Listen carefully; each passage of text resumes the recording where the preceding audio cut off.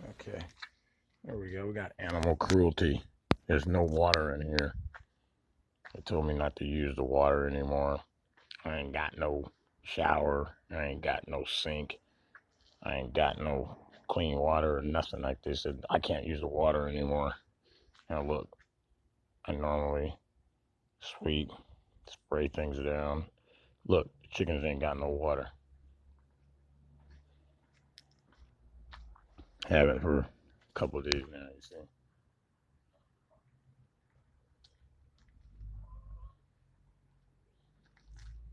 Look, he never finishes anything. Look, sloppy, messy. Look at those pads right there. Pee pee pads. Probably has some kind of incontinence or something, who knows. Watch, this place is gonna start falling apart. I promise you. Look, chicken coop. Things are starting to fall apart. I can see it already. It's getting there. Look, you see? It's just falling apart. I didn't have nothing to do with that. But you know what? I'm a good person, so I'm gonna help them because they'll blame it on me. They'll be like, Wayne, you did this. I'm like, maybe I did, maybe I didn't. But you can't intimidate me like you intimidate your child. You know, every time he's walking on eggshells all the time. Let me see. I actually straightened all this stuff up right here. This place was a pigsty. Now, see, this is how I roll right here. I'm constantly keeping things in order. This is how they roll.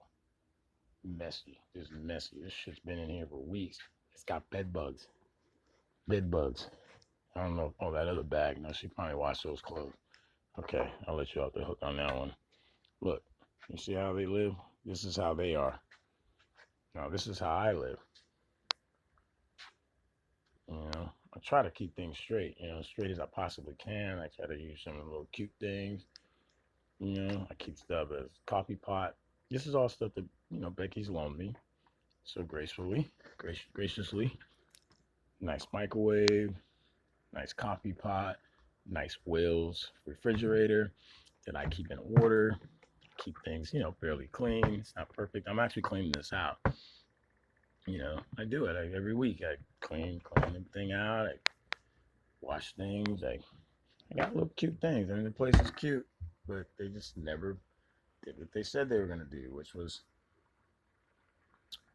knock this down and build 2 stories. Tom was going to do his grow for medical marijuana downstairs, and upstairs they would build me a loft. I was even willing to help if I get some money. I've already been paying them $575 a month through the GR Case Management and Housing Project, and this is all my stuff right here, minus the dumbbells, because those are dumbbells in there. Tom Krueger and Rebecca L. Norris. She owns the house. Her name is on it. I'm here through April for sure, but now there's a 90-day stay due to the global health, global human and health and human and health crisis, global health and human pandemic crisis, or something to that nature. Human health crisis, GHHC. There's a 90-day stay on evictions notices and things of that nature. So I've done, I haven't been perfect. I'm in recovery, and I'm also, uh, I have some mental disabilities that I've been diagnosed with. But yeah, I've fallen off the wagon, a couple times, and then somebody showed up here unannounced, and I didn't invite this person. They just showed up because they knew where I stayed. They see me coming in and out of the gate. So some guy came up with my bike and said, "Hey, I got something for you." And all bad, And that was grounds for being evicted. I have no qualms with that. But Becky gave me a reprieve because they need the money. They really needed it.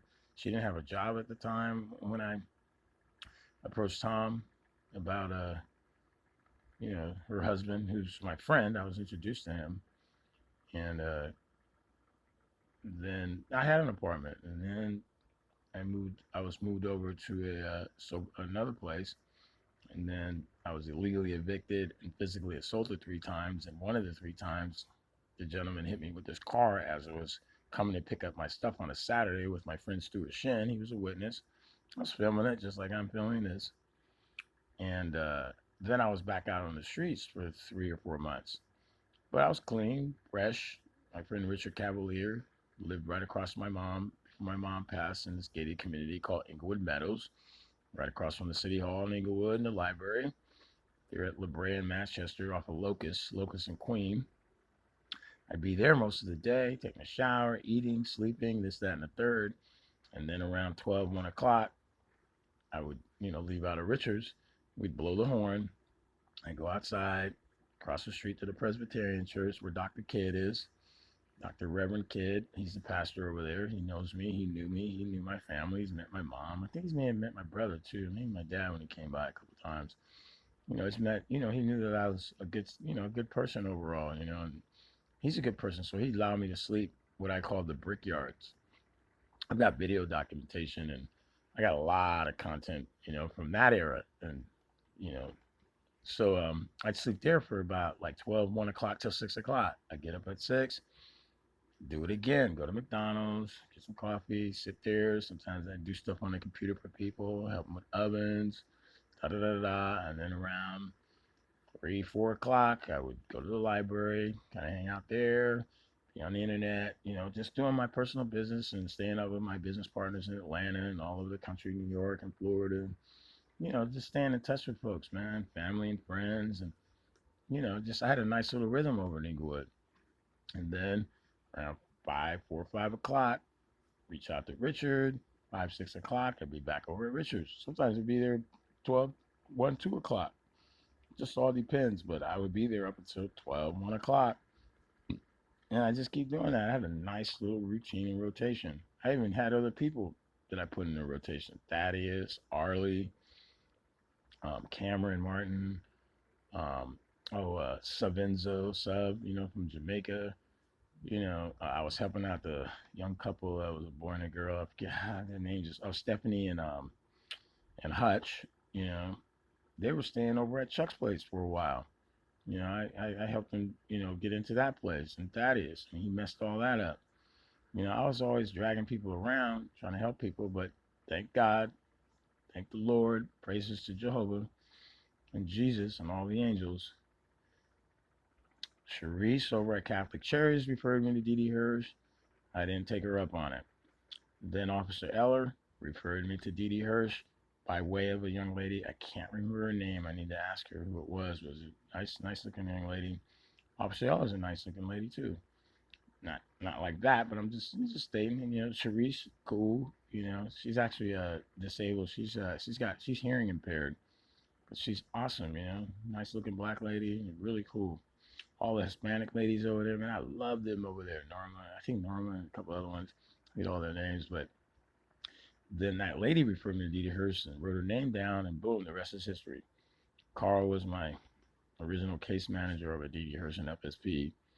He moved over to Jump Street, and then Megan, she moved up. She got a promotion. She was my original therapist, and they were my original people. You know, yeah. I went to a graduation with them, and then I went and did a set. Carl took me to a graduation that Megan was doing with an AB 109 gentleman. AB 109 is when they were letting a lot of the prisoners out. There were some minor offenses, or they've been in there a while, and they paid their due to society. Their time, they paid their dues and time to society. So some of them have some issues when they come out. So in order to stabilize them, they'll go to a mental health agency like Dee Dee Hirsch. It's called AB 109 program, and then they go into that program. But now it's FSP, Full Services Partnership. Look it up. But yeah, this is where I stay. And now I'm at Hacienda of Hope, 2241 Williams Street in Long Beach. It's an old decommissioned main base. And it appears to be like officers' quarters or something like that. We have our own quarters, and it's nice, fresh and clean, 3 square meals. On Fridays, TGIF food. On Fridays, TGIF.